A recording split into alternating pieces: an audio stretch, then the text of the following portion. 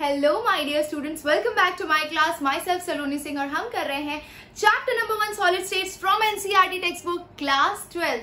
तो ये है सॉलिड स्टेट्स का आखिरी लेक्चर जिसके अंदर हम पढ़ने वाले हैं electrical and magnetic properties of solid. लेकिन इससे पहले कि हम आगे बढ़े, बहुत जोरदार बारिश हो रही है, आवाज आ रही है आपको? खैर कोई नहीं। हाँ, तो इससे पहले कि हम आगे बढ़े, लेट मी टेल यू कि आपके लिए स्पेशली विद्याकुल पे ये प्यारा सा कोर्स लॉन्च किया है। अब इस कोर्स की खास बात क्या है?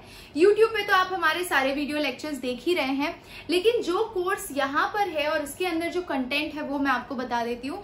तो आपको इसके अंदर वीडियो लेक्चर्स तो मिलेंगे ही, साथ ही साथ आपको एनसीईआरटी इन टेक्स्ट के सॉल्यूशंस, उसके साथ साथ previous years questions, PDF, MCQs मिल जाएंगे, कुछ एक्स्ट्रा वीडियो लेक्चर्स मिल जाएंगे, न्यूमेरिकल्स पे लाइव सेशन होगा जो कि अभी थोड़े दिनों बाद सेटअप हो जाएगा 28 जून के बाद। उसके साथ साथ आपको डाउट क्लियरिंग सेशन भी मिलेगा। एंड में आपको एंड के मंथ में जब आपका बोर्ड एग्जाम एकदम सर पर होगा तब आपको रिविजन भी मिलेगा। और इसके साथ साथ क्योंकि एमसीक्यू पैटर्न इंक्लूड हो गया है तो एमसीक्यू रिलेटेड सीरीज भी मिलेगी। बात समझ में आ रही है? तो ये सारी चीजें अगर आपको एक्सेस करनी है, सिंपल कोर्स में एनरोल कर लीजिए। कहाँ आप 30-30 हजार फीस भरते थे, now you have to simply pay a small amount. 2997 course का प्राइस है। आप कोड यूज कर लीजिए SSPC, आपको 20% ऑफ मिल जाएगा। And go ahead with the course and enjoy the content. कुछ भी क्वेरी हो, I am always there to help you out. चलिए स्टार्ट करते हैं। Electrical properties. तो जब भी आप इलेक्ट्रिकल प्रॉपर्टीज की बात करते हैं सॉलिड्स की, तो सॉलिड को हम 3 कैटेगरी में कैटेगराइज करते हैं।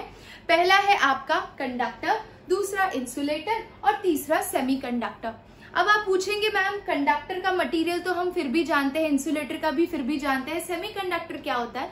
सेमीकंडक्टर में यूजुअली हम सिलिकॉन या फिर जर्मेनियम, ये सब जो एलिमेंट है इनके प्योर क्रिस्टल की बात कर रहे हैं। चलिए, जब आप कंडक्टर की बात करते हो बच्चों, तो उसमें क्या आता है? जो हीट एंड इलेक्ट्रिसिटी को इजीली अपनी बॉडी के थ्रू पास होने दे। क्या आपकी बॉडी एक कंडक्टर है? Yes, of course your body is a very good conductor of heat and electricity.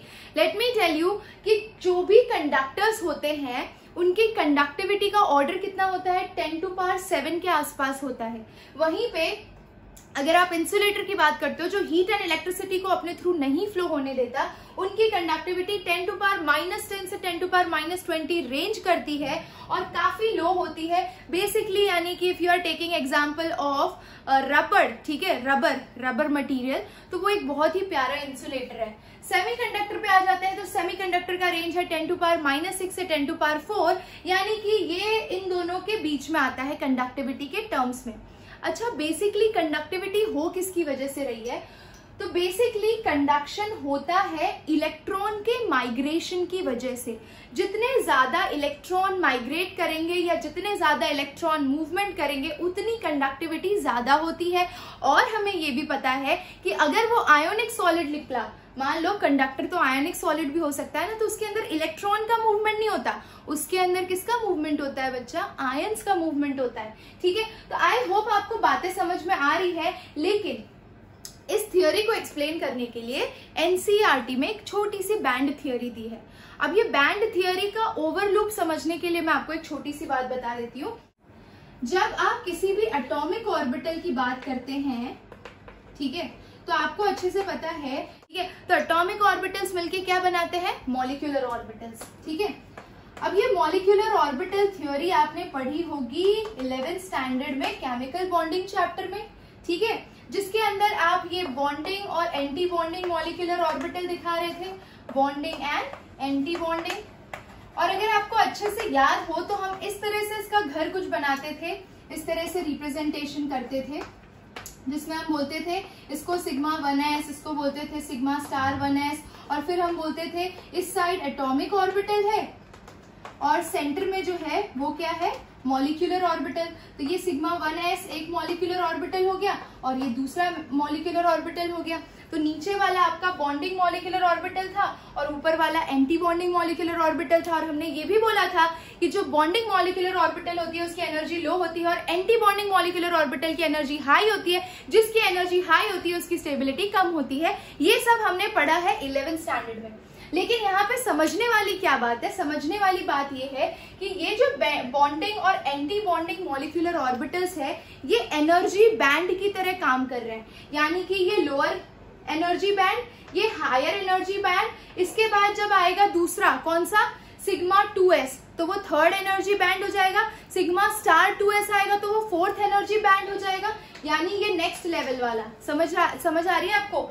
ये आपका सिग्मा 1s पहला एनर्जी बैंड हुआ जिसे आपने बॉन्डिंग बोला, सिग्मा स्टार 1s जिसको आपने एंटी बॉन्डिंग बोला, सिग्मा 2s जिसको फिर से आपने बॉन्डिंग, यानी कि यहाँ पे आपने 4 एनर्जी लेवल को रिप्रेजेंट किया है, 4 एनर्जी लेवल यानी 4 बैंड्स को रिप्रेजेंट किया है। बात समझ में आ रही है?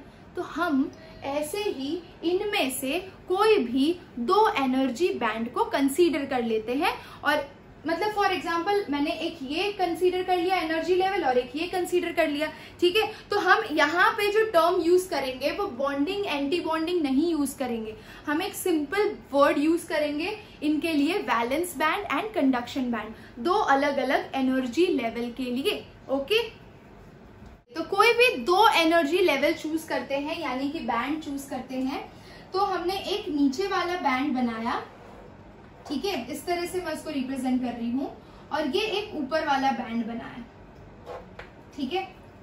नीचे वाले बैंड को मैं बोल देती हूं वैलेंस बैंड, ऊपर वाले बैंड को बोल देती हूं कंडक्शन बैंड,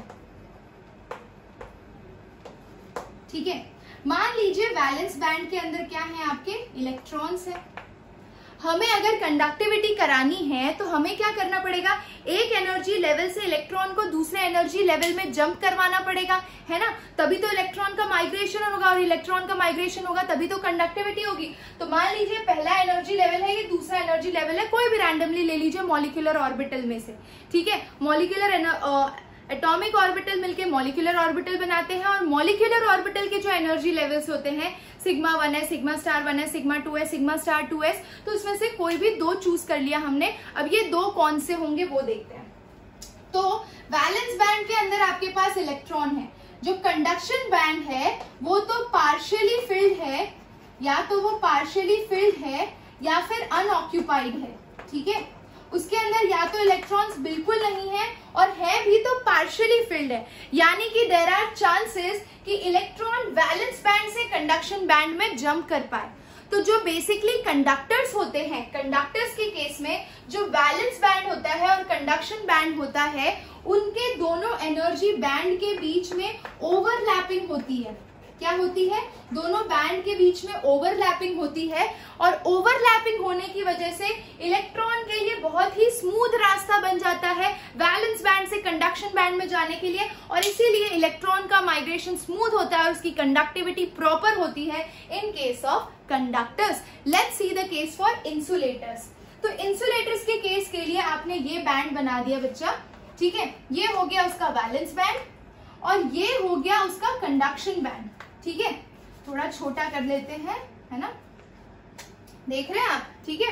तो ये वैलेंस बैंड हो गया और ये हो गया आपका कंडक्शन बैंड। अरे भाई, वैलेंस बैंड और कंडक्शन बैंड के बीच में ये बड़ा समुद्र आ रहा है। समुद्र आने का मतलब बहुत बड़ा गैप है, बहुत बड़ा एनर्जी गैप है, और इस गैप को बोलते हैं forbidden energy gap, forbidden energy gap, ठीक है। अब ये इतना बड़ा गैप है कि वैलेंस बैंड के अंदर अगर इलेक्ट्रॉन है भी तो उन बेचारों के पास इतनी शक्ति नहीं है कि वो कूद के चले जाए कंडक्शन बैंड के अंदर, और क्योंकि वो कूद के ऊपर माइग्रेट नहीं कर पा रहे हैं, इसीलिए इंसुलेटर की जो कंडक्टिविटी है that is considered very very low. Very good, no issues. तो भाई सेमीकंडक्टर किस मूली का खेत है, ओह किस खेत की मूली है, सॉरी, हाँ। तो सेमीकंडक्टर्स की जब आप बात करते हो तो अगेन इसके अंदर भी आपका कंडक्शन और वैलेंस बैंड होगा। ये हो गया आपका वैलेंस बैंड और ये हो गया आपका कंडक्शन बैंड। सेमीकंडक्टर्स के केस में जो आपका वैलेंस बैंड है और जो आपका कंडक्शन बैंड है, उन दोनों के बीच में एनर्जी गैप बहुत ही कम होता है पर कम होता है। आपको कंडक्टर्स में ओवरलैपिंग दिखी, इंसुलेटर्स के बीच में बड़ा गैप दिखा, फॉरबिडन एनर्जी जोन, ठीक है। और यहाँ पे वैलेंस बैंड और कंडक्शन बैंड के बीच में गैप थोड़ा सा कम है, ठीक है। कम है, यानी कि अगर इलेक्ट्रॉन वैलेंस बैंड में है और उनको कहीं से काइनेटिक एनर्जी मिल जाए, ठीक है, ये पोपाय द सेलर मैन वाला केस हो गया कि पोपाय जैसे ही पालक खाएगा वैसे उसके अंदर यूं पावर आ जाती है, तो वैसे ही इलेक्ट्रॉन को अगर कहीं से काइनेटिक एनर्जी मिल जाए, कहां से मिलेगी? When you increase the temperature. तो जैसे ही आप टेम्परेचर बढ़ाएंगे इलेक्ट्रॉन्स को काइनेटिक एनर्जी मिलेगी और उनको इतनी एनर्जी मिलेगी कि वो बहुत ही प्यार से इस एनर्जी बैंड और इस एनर्जी गैप को क्रॉस कर पाएंगे और कंडक्शन बैंड में जा पाएंगे। लेकिन प्रॉब्लम क्या हो रही है? क्या चाहिए? टेम्परेचर चाहिए ना। लो टेम्परेचर पे सेमीकंडक्टर की कंडक्टिविटी एकदम बेकार, ठीक है, यानी कि आपको टेम्परेचर प्रोवाइड करना पड़ेगा इलेक्ट्रॉन को इधर जंप करा के थोड़ी सी कंडक्टिविटी इंप्रूव करने के लिए। ओहो, तो प्रॉब्लम क्या है? देखो, सिलिकॉन और जर्मेनियम के जो प्योर क्रिस्टल्स हैं वो इतने अच्छे कंडक्टर्स की तरह बिहेव नहीं करते because they are semiconductors, conductivity काफी लो है इनकी। तो भाई साइंटिस्ट को आइडिया आया कि अगर मटेरियल कंडक्टिंग है, मतलब कंडक्ट तो कर पा रहा है पर कुछ स्पेसिफिक कंडीशंस में, तो क्या करें हम ऐसा कि इसकी कंडक्टिविटी इंप्रूव कर दी जाए। तो हमने शुरू की डोपिंग करना, ठीक है। डोपिंग का नाम तो सुना होगा, स्पोर्ट्स में सुना होगा। तो यहाँ पे डोपिंग का क्या मतलब है? यहाँ पे डोपिंग का मतलब है उस पर्टिकुलर क्रिस्टल में, ये सेमीकंडक्टर जैसे कि जर्मेनियम और सिलिकॉन का क्रिस्टल है, ठीक है, तो इनके क्रिस्टल में हमने बाहर से इम्प्योरिटी ऐड कर दी। क्या ऐड कर दी? इम्प्योरिटी। तो इम्प्योरिटी ऐड करने को बोलते हैं डोपिंग। बात समझ में आ रही? तो चलिए देखते हैं डोपिंग से कैसे एक सेमीकंडक्टर की कंडक्टिविटी को बढ़ाई जा सकती है। यस बच्चा, तो हमने देख लिया एक कंडक्टर को, इंसुलेटर को और सेमीकंडक्टर को कैसे बिहेव करता है। कंडक्टर के अंदर जितने भी मेटल्स हैं सब कंडक्टर का एग्जाम्पल है। सेमीकंडक्टर के अंदर सिलिकॉन और जर्मेनियम लिया हमने, और इंसुलेटर के अंदर ये सारी चीजें ले ली, पेपर है, देन रबर है, ठीक है। तो हमें अभी इंसुलेटर का काम नहीं है, हम तो कंडक्टिविटी पे फोकस करना चाहते हैं। हमने ये भी जाना कि सेमीकंडक्टर जो होता है, सिलिकॉन और जर्मेनियम, इनकी कंडक्टिविटी बढ़ जाती है क्योंकि इलेक्ट्रॉन वैलेंस बैंड से कंडक्शन बैंड में आसानी से कूद पाते हैं। कब? जब आप तापमान यानी कि टेम्परेचर बढ़ाते हैं, है कि नहीं? लेकिन अगर यही चीज आप मेटल के लिए पूछे तो, अगर आप मेटल की बात करते हैं यानी कि कंडक्टर की, आप में से किसी बच्चे ने, अगर सेमीकंडक्टर के केस में टेम्परेचर बढ़ाने पे कंडक्टिविटी बढ़ जा रही है तो क्या हम ये काम कंडक्टर्स में नहीं कर सकते? ऑफ कोर्स, चलिए ट्राई करते हैं कंडक्टर्स के अंदर भी। तो मान लीजिए आपका ये मेटल की शीट है, ठीक है, और उसको हम नीचे से टेम्परेचर प्रोवाइड कर रहे हैं, ठीक है, और ये जो है मान लीजिए आयन की शीट है, तो ये आयन के एटम्स है, ठीक है, ये आयन के एटम्स है। अब आपको अच्छे से पता है कि मेटल आपका सॉलिड स्टेट में होता है, और मैंने पहले ही बताया है कि सॉलिड स्टेट के जो एटम्स होते हैं वो काफी क्लोजली हेल्ड होते हैं, और वो टेम्परेचर प्रोवाइड करने पर भी, मतलब एक्सेस प्रोवाइड करो तो अलग बात है, एक लिमिटेड क्वांटिटी में टेम्परेचर प्रोवाइड करने पे वो अपने मीन पोजीशन पे वाइब्रेट करते हैं। तो जब नॉर्मल कंडीशन में थे तब वाइब्रेट नहीं कर रहे थे, जैसे ही उनको थोड़ा टेम्परेचर प्रोवाइड किया वो मीन पोजीशन पे तेजी से वाइब्रेट करने लगे, ठीक है। अब इनके अंदर मोशन किसकी वजह से हो रहा था? इलेक्ट्रॉन के मूवमेंट की वजह से इलेक्ट्रिकल कंडक्टिविटी हो रही थी। इलेक्ट्रॉन कूद कैसे रहा था? इलेक्ट्रॉन आयन के इस एटम से इस एटम के ऑर्बिटल में, इस एटम के इस एटम के ऑर्बिटल में, इस एटम के इस एटम के, यानी बेसिकली इलेक्ट्रॉन इस एटम के ऑर्बिटल से इस एटम के ऑर्बिटल में, इस एटम के ऑर्बिटल से इस एटम के ऑर्बिटल में कूद कूद के एक एटम से दूसरा एटम, दूसरा एटम से तीसरा एटम के ऑर्बिटल में कूद के, जहां पे इलेक्ट्रिक फील्ड की प्लेट्स अप्लाई की है, यहाँ पे जो इलेक्ट्रिक फील्ड्स की प्लेट अप्लाई की होंगी उस हिसाब से उसका डायरेक्शन होगा, तो वो पॉजिटिव प्लेट की तरफ मूव करेगा। तो पॉजिटिव प्लेट में जाने के लिए मान लो उसके रास्ते में 5 ऑर्बिटल है, तो वो ऑर्बिटल्स को जंप कर करके फाइनली इधर पहुंचने की कोशिश करेगा। और अगर इलेक्ट्रॉन का माइग्रेशन इधर होगा तो करंट का डायरेक्शन ये डायरेक्शन में जाएगा, ठीक है, करंट ये डायरेक्शन में जाएगा। चलिए बहुत ही अच्छी बात है, लेकिन यहाँ पे मैंने स्टेटमेंट लिखा है कि electrical conductivity of metal decreases with temperature. तापमान बढ़ाओगे तो मेटल की कंडक्टिविटी घट जाएगी। क्यों घट रही है पता है? क्योंकि पहले तो वो कम वाइब्रेट कर रहे थे, एटम कम वाइब्रेट कर रहे थे, जैसे ही आपने टेम्परेचर प्रोवाइड किया मेटल ज्यादा वाइब्रेट करने लगे। अब इतना ज्यादा वाइब्रेट करेंगे तो इलेक्ट्रॉन इतनी आसानी से कूद रहा था, पहले उसके लिए रास्ता साफ था, अब उसके बीच में वाइब्रेटिंग एटम्स आ रहे हैं। वाइब्रेटिंग एटम्स की वजह से क्या जनरेट हो रहा है, उसके फ्लो में रेजिस्टेंस हो रहा है, और उसके फ्लो में रेजिस्टेंस जनरेट होगा तो कंडक्टिविटी लो हो जाएगी। आई होप ये स्टेटमेंट आपको क्लियर है कि इलेक्ट्रिकल कंडक्टिविटी मेटल का डिक्रीज होता है टेम्परेचर के साथ और सेमीकंडक्टर का इंक्रीज होता है टेम्परेचर के साथ। I hope you are clear. Let's move to the next point. हमने देखा कि प्योर सिलिकॉन और प्योर जर्मेनियम जब इलेक्ट्रिकल कंडक्टिविटी करते हैं तो हम उन्हें बोलेंगे इंट्रिंसिक सेमीकंडक्टर, और उनकी कंडक्शन को बोलेंगे इंट्रिंसिक सेमीकंडक्शन। यानी कि जब तक वो प्योर स्टेट में कंडक्टिविटी दिखा रहे हैं तब तक हम उन्हें इंट्रिंसिक सेमीकंडक्टर बोलेंगे। लेकिन हमें प्रॉब्लम क्या है, प्योर कंडीशन में हमें वो रिजल्ट जो चाहिए वो नहीं मिल रहा है। तो हम क्या करेंगे बच्चा, डोपिंग करेंगे, यानी कि इम्प्योरिटी ऐड करेंगे ताकि सेमीकंडक्टर की कंडक्टिविटी को बढ़ाई जा सके। तो हमारे पास दो तरीके से हम उसकी कंडक्टिविटी को बढ़ा सकते हैं। या तो हम एन टाइप सेमीकंडक्टर की बात कर लें या पी टाइप। अब ये बनते कैसे हैं वो देखिए, ध्यान से देखिए, ध्यान से।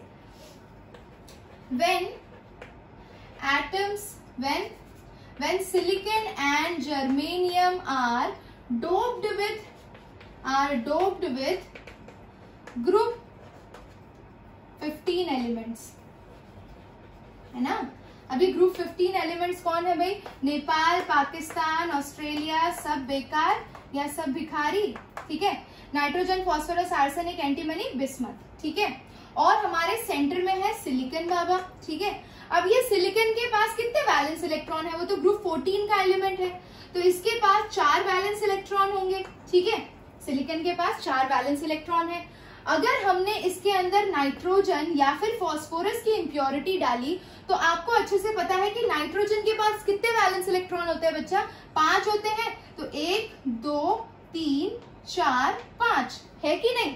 तो जब आपने नाइट्रोजन को एज ए इम्प्योरिटी डाला तो नाइट्रोजन कितने सिलिकॉन के साथ बॉन्ड फॉर्म कर सकता है, 4 के साथ ही बॉन्ड फॉर्म कर पाएगा, है ना। क्योंकि सिलिकॉन का क्या है, सिलिकॉन के वैलेंस इलेक्ट्रॉन 4 है, तो सिलिकॉन तो 4 ही बॉन्ड फॉर्म कर पाएगा ना नाइट्रोजन के साथ, मैक्स टू मैक्स अगर पूरे क्रिस्टल में देखना चाहो तो।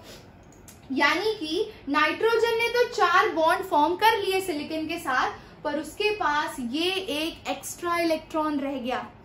अगर 2 नाइट्रोजन के एटम डाले आपने तो 2 इलेक्ट्रॉन एक्स्ट्रा रह गए, 3 डाले तो 3 एक्स्ट्रा इलेक्ट्रॉन रह गए। ये जो एक्स्ट्रा इलेक्ट्रॉन है ये इंक्रीज करेगा उसकी कंडक्टिविटी। तो जितनी ज्यादा आपने डोपिंग कर रखी है, जितने ज्यादा एटम्स है, उतनी उसकी इलेक्ट्रिकल कंडक्टिविटी बढ़ जाएगी, क्योंकि ये जो एक्स्ट्रा नॉन बॉन्डेड इलेक्ट्रॉन है वो डीलोकलाइज हो गया। लोकलाइज यानी अपनी जगह पे है, एक ही जगह पे है। डीलोकलाइज यानी कि खुले सांड की तरह किधर भी मूव कर सकता है, पर उसे एक डायरेक्शन देने के लिए हम उस पर क्या अप्लाई कर देंगे, इलेक्ट्रिक फील्ड अप्लाई कर देंगे।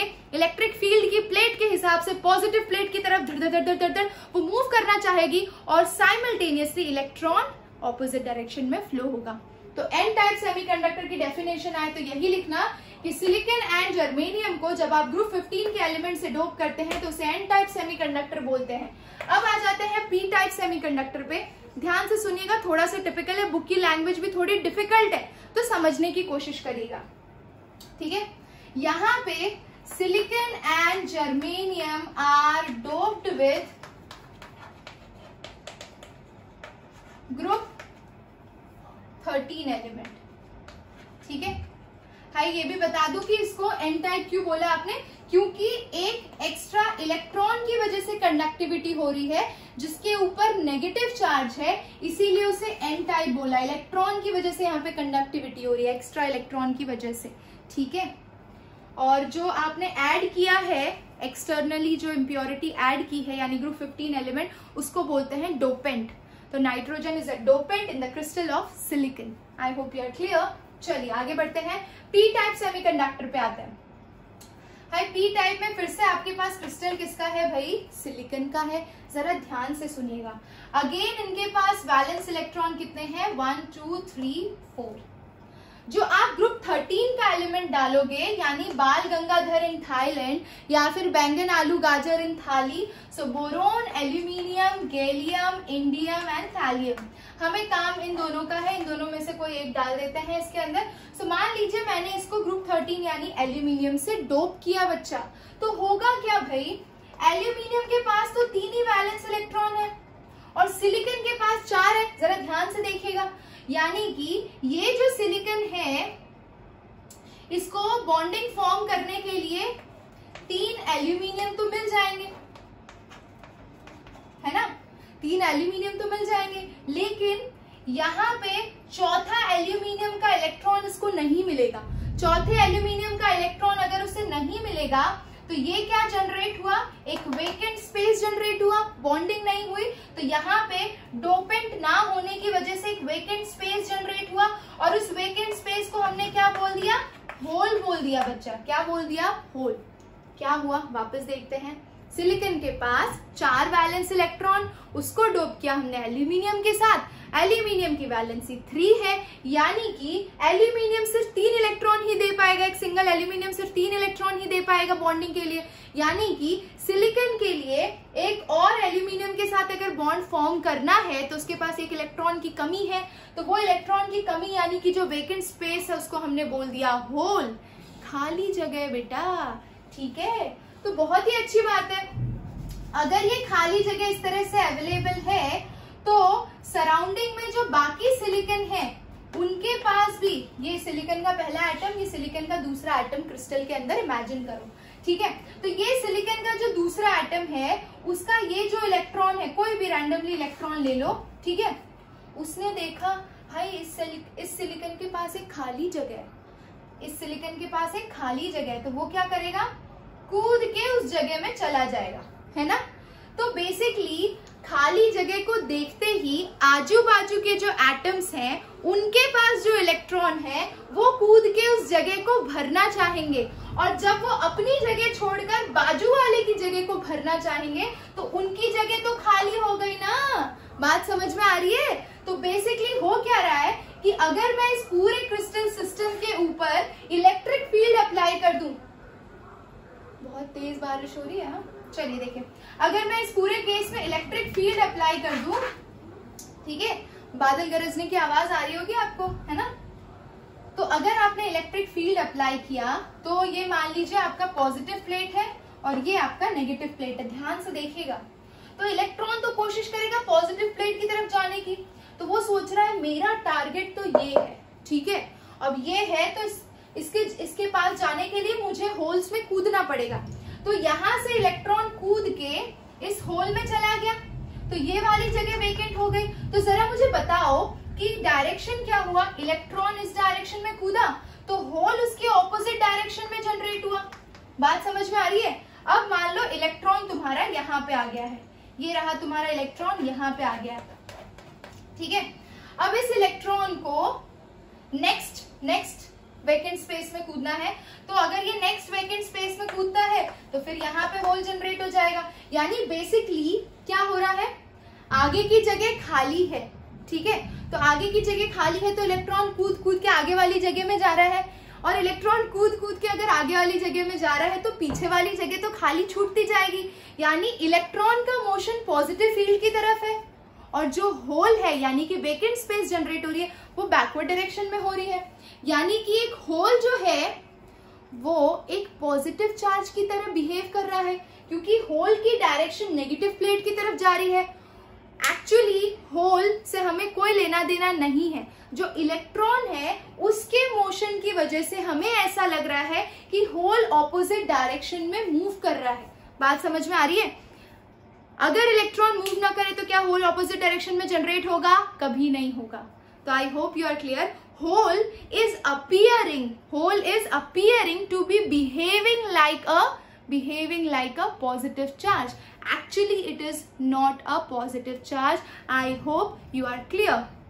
ठीक है, तो खाली जगहों के जनरेट होने की वजह से इलेक्ट्रॉन को मस्त मूवमेंट करने का रास्ता मिल जा रहा है और इसीलिए उसकी कंडक्टिविटी बढ़ जा रही है। तो इस तरह के क्या सेमीकंडक्टर्स को बोलते हैं। इस तरह के सेमीकंडक्टर्स को जब ग्रुप 13 के साथ डोप करते हैं तो यहाँ पे क्योंकि एक वेकेंट स्पेस यानी कि होल जो कि एक पॉजिटिव चार्ज की तरफ बिहेव करता हुआ दिखाई दे रहा है, उसकी वजह से कंडक्टिविटी हो रही है, इसीलिए हमने इसे P यानी कि पॉजिटिव टाइप सेमीकंडक्टर बोला है। I hope you are clear. Okay, चलिए आगे बढ़ते हैं। यस बच्चा, तो आपका क्वेश्चन ये होगा कि क्या मैम ये सेमीकंडक्टर्स प्रैक्टिकल लाइफ में कहीं यूज होते हैं इस तरह से डोपिंग करके एन टाइप पी टाइप बना के? अरे ऑफ कोर्स यूज होते हैं। आजकल के जितने भी इलेक्ट्रॉनिक डिवाइस है या फिर आगे चल के इंजीनियरिंग में जो ईसी लेने वाले हैं उनके लिए ये सबसे इंपॉर्टेंट टॉपिक सेमीकंडक्टर्स। तो बेसिकली इसको बनाने में, इसे डायोड बनाने में यूज होता है। डायोड क्या होता है? एन टाइप और P type semiconductors, N type और पी टाइप कंडक्टर्स को कंबाइन कर दिया जाता है। सेमीकंडक्टर्स को कंबाइन करके डायोड बनाया जाता है। और ये डायोड कहाँ यूज होता है? रेक्टिफायर बनाने में। अब ये फिजिक्स में आप ये सारी चीजें पढ़ते ही हो। ट्रांजिस्टर्स में क्या होता है? ट्रांजिस्टर्स यूज होता है रेडियो सिग्नल्स को एम्पलीफाई करने के लिए या ऑडियो सिग्नल्स को एम्पलीफाई करने के लिए। तो उसके अंदर भी आप ये NPN, PNP type semiconductors use करते हो। दो एन टाइप सेमीकंडक्टर लिया और उसके बीच में पी टाइप सेमीकंडक्टर को सैंडविच कर दिया। यानी कि आपको बेसिक पता है तो आप धीरे धीरे इनके कॉम्प्लेक्स फॉर्म में, स्ट्रक्चर्स में घुस सकते हो। ठीक है। फोटो डायोड क्या होता है? फोटो डायोड भी इन सेमीकंडक्टर्स का बना होता है। Basically N type and P type को यूज करके हम बनाते हैं और ये लाइट एनर्जी को इलेक्ट्रिकल एनर्जी में कन्वर्ट करने की कैपेसिटी रखता है। यूजुअली कहाँ यूज होता है इसका प्रिंसिपल? सोलार सेल्स बनाने में फोटो डायोड यूज होता है। चलिए, अब आप पूछोगे मैम ग्रुप 14 के एलिमेंट के साथ ही ऐसा कर सकते हैं? यानी अगर मेरे पास सिलिकॉन जर्मेनियम नहीं है तो क्या मैं दूसरे एलिमेंट्स के साथ ऐसा करके इतने अच्छे कंडक्टर्स नहीं बना सकता? ऑफ कोर्स बना सकते हो। मान लो तुमने डोप किया ग्रुप 13 के साथ ग्रुप 15 को, यानी कि ग्रुप 13 आपका जो बेसिक एलिमेंट है वो है और उसके अंदर ग्रुप 15 की डोपिंग की। तो जरा सोचो 13 के पास तो कितने इलेक्ट्रॉन होंगे? 3 इलेक्ट्रॉन ही होंगे। और ग्रुप 15 के पास कितने होंगे? 5 इलेक्ट्रॉन होंगे। तो 5 इलेक्ट्रॉन में से 3 ही बॉन्डिंग बना पाएगा ग्रुप 13 के साथ। 2 इलेक्ट्रॉन फ्री होंगे और वो जो 2 एक्स्ट्रा इलेक्ट्रॉन होंगे उनके माइग्रेशन की वजह से कंडक्टिविटी होगी। तो बेसिकली हम 13-15 को भी डोप करके बढ़िया सा कंडक्टर बना सकते हैं। ओके, तो ये इस तरह के एलिमेंट्स या फिर इस तरह का सॉलिड मटेरियल जिसे ग्रुप 13 एंड ग्रुप 15 के एलिमेंट को कंबाइन करके बनाया जाता है उसे हम बोलते हैं, उसे 13-15 कंपाउंड बोलते हैं। एग्जाम्पल ले लीजिए, एल्यूमिनियम ग्रुप 13 का है, फास्फोरस ग्रुप 15 का है, कोई भी ऐसा एग्जाम्पल। आपको ग्रुप 13 ग्रुप 15 के एलिमेंट्स याद होने चाहिए बस। 13 क्या है? बैंगन, आलू, गाजर इन थाली या फिर बाल गंगाधर इन थाईलैंड। और फास्फोरस क्या है? फास्फोरस के ग्रुप को क्या बोलते हैं? नेपाल, पाकिस्तान, ऑस्ट्रेलिया, सब भिखारी या सब बेकार या व्हाटएवर यू लाइक। ओके, चलिए 12-16 कंपाउंड्स पे आ जाते हैं। Group 12-16 compounds. अगेन इसके अंदर अगर 12 को बेस रखें और 16 को एज अ डोपेंट ऐड करते हैं आप, तो 12 के साथ 16 होगा। तो 12 का वैलेंस इलेक्ट्रॉन 2 और 16 के पास कितना होगा? 6, यानी कि 4 इलेक्ट्रॉन एक्स्ट्रा रह जाएंगे और वो मस्त कंडक्टिविटी दिखा सकते हैं। वाइस वर्सा भी ले सकते हो। 16 को बेस लो और 12 को ऐड करो एज अ डोपेंट। तो जब डोपेंट 12 की तरह ऐड करोगे तो 4 वेकेंट स्पेस जनरेट होगी। ठीक है, और वो वेकेंट स्पेस की वजह से तब वो पी टाइप की तरह बिहेव करेगा। तो NP type any how you can make. बहुत सारे प्रैक्टिकल एप्लीकेशन है, बहुत सारे इलेक्ट्रॉनिक डिवाइसेस में ये यूज हो रही है और बहुत ही इंपॉर्टेंट इसका एप्लीकेशन है। तो चलिए आगे बढ़ते हैं। इलेक्ट्रिकल प्रॉपर्टी इसी के साथ खत्म की हमने, मैग्नेटिक प्रॉपर्टी पे चलते हैं। यस बच्चा, तो बात कर लेते हैं मैग्नेटिक प्रॉपर्टीज की। लास्ट टॉपिक है, बने रहिए, थोड़ा सा ही पढ़ना है। देखिए, ध्यान से देखिए, मैग्नेटिक प्रॉपर्टी किसकी वजह से दिखाई देती है? किसी भी मटेरियल के अंदर मैग्नेटिक प्रॉपर्टी जनरेट होती है एक इलेक्ट्रॉन की वजह से। और इलेक्ट्रॉन कैसे मैग्नेटिक प्रॉपर्टी जनरेट करता है?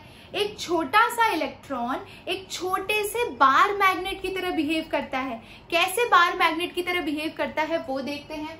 तो जब आप इलेक्ट्रॉन की बात करते हैं और ये सेंटर में न्यूक्लियस है और ये मान लीजिए आपका इलेक्ट्रॉन है, तो इलेक्ट्रॉन की कैरेक्टरिस्टिक्स है कि वो पता है अपने एक्सिस पे घूमता है। अपने एक्सिस पे घूमने का मतलब इस तरह से, ठीक है, अपने एक्सिस पे जब वो घूमता है तो वो स्पिन मैग्नेटिक मोमेंट जनरेट करता है। ठीक है, और जब वो न्यूक्लियस के अराउंड घूमता है, जब इलेक्ट्रॉन न्यूक्लियस के अराउंड घूमता है तो वो ऑर्बिटल मैग्नेटिक मूवमेंट जनरेट करता है। ठीक है, अब इलेक्ट्रॉन का मोशन, यानी कि अगर हम इमेजिन कर ले कि जब इलेक्ट्रॉन मूव हो रहा है तो इलेक्ट्रॉन के मूवमेंट की वजह से क्या जनरेट होता है बच्चा? करंट जनरेट होता है। करंट जनरेट होता है तो आपको पता है कि एक स्ट्रेट करंट कैरिंग कंडक्टर जो होता है उसका एक खुद का मैग्नेटिक फील्ड होता है, एक स्ट्रेट करंट कैरिंग कंडक्टर, मान लीजिए ये इलेक्ट्रॉन जो मूवमेंट दिखा रहा है और ये एक स्ट्रेट करंट कैरिंग कंडक्टर की तरह बिहेव करेगा, तो इसकी खुद की एक मैग्नेटिक फील्ड होगी कि नहीं होगी, है ना। तो इलेक्ट्रॉन अपनी मैग्नेटिक फील्ड क्यों जनरेट कर रहा है, इलेक्ट्रॉन एक बार मैग्नेट की तरह क्यों बिहेव कर रहा है, क्योंकि वो स्पिन मूवमेंट दिखाता है और ऑर्बिटल मूवमेंट दिखाता है, और उसकी स्पिन और ऑर्बिटल मूवमेंट को हम मेजर करते हैं बोर्स मैग्नेट्रॉन में। किसमें मेजर करते हैं, बोर्स मैग्नेट्रॉन यूनिट है जिसे हम BM यूज करते हैं, और इसकी मैग्नेटिक मोमेंट को हम μB से दिखाते हैं। μB is magnetic moment. Magnetic moment measure करने के लिए हम μB यूज कर सकते हैं, और μB की यूनिट है Bohr's magnetron. So basically this μB is equal to 9.27 into 10 to power minus 24 ampere metre square, जो कि रेगुलर यूनिट होती है, ठीक है। सो बेसिकली आप ये कह सकते हैं कि इलेक्ट्रॉन के मूवमेंट की वजह से वो एक मैग्नेट की तरह बिहेव करता है, और उस मैग्नेट की वजह से मैग्नेटिक प्रॉपर्टीज जनरेट होती है। तो मैग्नेटिक प्रॉपर्टीज के बेसिस पे आप क्लासिफाई कर सकते हैं किसी भी मैग्नेटिक सब्सटेंस को या फिर किसी भी सब्सटेंस को कितनी कैटेगरी में, 1 2 3 4 5। पहला है पैरामैग्नेटिक। अब जरा ध्यान से सुनिए, पैरामैग्नेटिक सब्सटेंस के अंदर होते हैं अनपेयर्ड इलेक्ट्रॉन्स, यानी कि इलेक्ट्रॉन्स पेयर्ड नहीं होते, अकेले होते हैं, ऐसे सिंगल, है ना। तो जब वो सिंगली प्रेजेंट है तो basically they are going to show you the spin moment and the orbital magnetic moment. और अगर वो ऐसा शो करेंगे तो अगर आप पैरामैग्नेटिक सब्सटेंस को किसी मैग्नेटिक फील्ड में प्लेस करेंगे तो they will be weakly attracted by the magnetic field due to the presence of unpaired electron. Due to the presence of unpaired electron they are going to be weakly attracted by the magnetic field. Okay, लेकिन problem क्या है, जैसे ही magnetic field हटाओगे उसकी paramagnetic property खत्म हो जाएगी। यानी paramagnetic substance paramagnetic की तरह तभी तक बिहेव करता है जब तक यानी मैग्नेट की तरह तभी तक बिहेव करता है जब तक वो मैग्नेटिक फील्ड की प्रेजेंस में है। मैग्नेटिक फील्ड हटाई तो उसकी प्रॉपर्टी खत्म, यानी कि ये टेम्पररी मैग्नेट की तरह बिहेव करता है, ठीक है। चलिए नेक्स्ट आ जाते हैं डायामैग्नेटिक सब्सटेंस। अब diamagnetic substance are weakly repelled by magnetic field. क्यों? क्योंकि उनके पास जो इलेक्ट्रॉन्स हैं वो पेयर्ड हैं। ये देखिए, तो इस इलेक्ट्रॉन का जो स्पिन मोमेंट जनरेट होगा, ये स्पिन मोशन जो होता है, और ये ऑपोजिट अनपेयर्ड इलेक्ट्रॉन का जो स्पिन मोशन जनरेट होगा वो एक दूसरे के स्पिन मोमेंट को कैंसिल कर देंगे, और कैंसिल आउट कर देंगे तो उसकी मैग्नेटिक प्रॉपर्टी यानी कि μB क्या हो जाएगी, खत्म हो जाएगी। और μB ही नहीं है तो फिर मैग्नेटिक फील्ड की तरफ वो क्यों अट्रैक्ट होगा। तो diamagnetic substance they are weakly repelled by magnetic field due to the presence of paired electrons और due to the absence of unpaired electrons. I hope you are clear. चलिए next आ जाते हैं फेरोमैग्नेटिक। अब ये सबसे काम का है। क्यों फेरोमैग्नेटिक सबसे काम का है? क्योंकि इसके अंदर जो सब्सटेंस है they are strongly attracted by magnetic field. अच्छा, हम इमेजिन करते हैं कि इसके अंदर जो इलेक्ट्रॉन्स है ये इनके इलेक्ट्रॉन्स को या उन इलेक्ट्रॉन्स की वजह से जनरेट होने वाली मैग्नेटिक मूवमेंट को देखते हैं। फेरोमैग्नेटिक मटेरियल है, ठीक है, उसके अंदर जो इलेक्ट्रॉन्स है उनका खुद का एक मैग्नेटिक मूवमेंट होगा। हम उन मैग्नेटिक मूवमेंट को चलिए एक डोमेन से दिखाते हैं, ठीक है। तो इसके सारे डोमेन सिमिलर डायरेक्शन में अलाइन होते हैं, ठीक है, और सिमिलर डायरेक्शन में अलाइन होने की वजह से they are strongly attracted by magnetic field, ठीक है। इनका मैग्नेटिक मोमेंट ऐड होता जाता है and they are strongly attracted by magnetic field. इतना strongly attracted by magnetic field even अगर आपने मैग्नेटिक फील्ड हटा भी दी तो भी फेरोमैग्नेटिक सब्सटेंस एक मैग्नेट की तरह बिहेव करेगा। In the absence of magnetic field also it behaves like a very good permanent magnet. यानी कि अगर कंपेयर करें फेरोमैग्नेटिक एंड पैरामैग्नेटिक को तो अच्छा कौन सा है? फेरोमैग्नेटिक की मैग्नेटिक प्रॉपर्टी काफी अच्छी है। I hope you are clear. तो इन शॉर्ट हम बोल सकते हैं कि ये परमानेंटली मैग्नेटाइज होते हैं। नेक्स्ट आते हैं फेरीमैग्नेटिक सब्सटेंस पे। तो फेरी मैग्नेटिक सब्सटेंस के केस में क्या होता है, फेरी से पहले एंटी फेरी देखते हैं। यहाँ पे हमने बोला कि हर एक इलेक्ट्रॉन के मोशन को यानी मूवमेंट को हम एक डोमेन यानी उसके मैग्नेटिक मोमेंट को एक डोमेन कंसीडर कर लेते हैं। वैसे ही एंटी फेरोमैग्नेटिक के अंदर भी हम क्या करते हैं, जितने भी इलेक्ट्रॉन्स हैं उस सब्सटेंस के अंदर उसके मैग्नेटिक मोमेंट को डोमेन कंसीडर कर लेते हैं। तो एंटी फेरो में क्या आता है, डोमेन्स जितने ऊपर की डायरेक्शन में है उतने ही नीचे की डायरेक्शन में है, ठीक है। तो ये नेट एक दूसरे को कैंसिल आउट कर देते हैं, और नेट कैंसिल आउट कर देंगे तो इनका मैग्नेटिक मूवमेंट कितना हो जाएगा, 0। यानी एंटी फेरोमैग्नेटिक केस में जो डोमेन्स होते हैं वो ऑपोजिट डायरेक्शन में होते हैं, वो भी इक्वल नंबर्स में, और इसीलिए एक दूसरे की मैग्नेटिक मूवमेंट को कैंसिल आउट कर देते हैं, और हेंस उसका magnetic movement mu B is equal to 0 हो जाता है एंटी फेरी के केस में, एंटी फेरो के केस में। नेक्स्ट आ जाते हैं फेरी मैग्नेटिक सब्सटेंस। फेरी मैग्नेटिक सब्सटेंस के केस में भी जो अलाइनमेंट होती है डोमेन्स की वो ऑपोजिट डायरेक्शन में तो होती है बट अनइक्वल नंबर्स में होती है।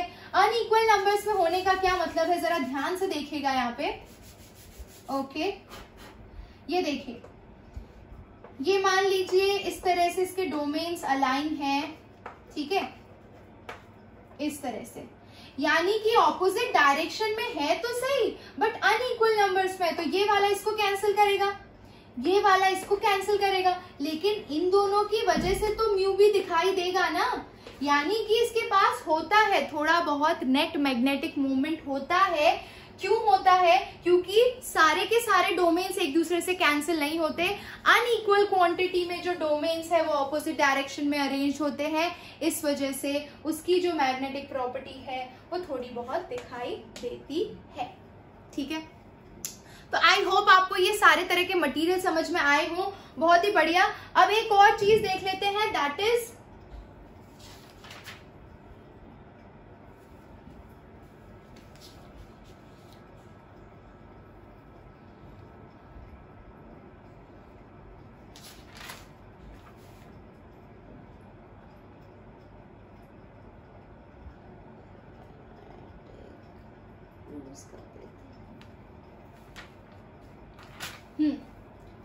एक और चीज देख लेते हैं, क्यूरी टेम्परेचर किसको बोलते हैं बच्चा, क्या बोला मैंने, क्यूरी टेम्परेचर।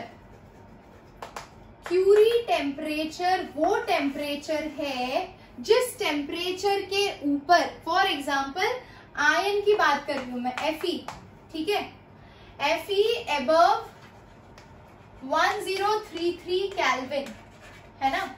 अगर मैं आयन मटेरियल की बात कर रही हूं जो कि एक फेरोमैग्नेटिक सब्सटेंस है, अगर आपने उस आयन को 1033 केल्विन के ऊपर हीट किया तो वो अपनी फेरोमैग्नेटिक प्रॉपर्टी को लूज करके पैरामैग्नेटिक सब्सटेंस में कन्वर्ट हो जाएगा। कहने का मतलब ये है कि Curie temperature is that temperature at which a ferromagnetic substance loses its ferromagneticity and get converted to paramagnetic substance।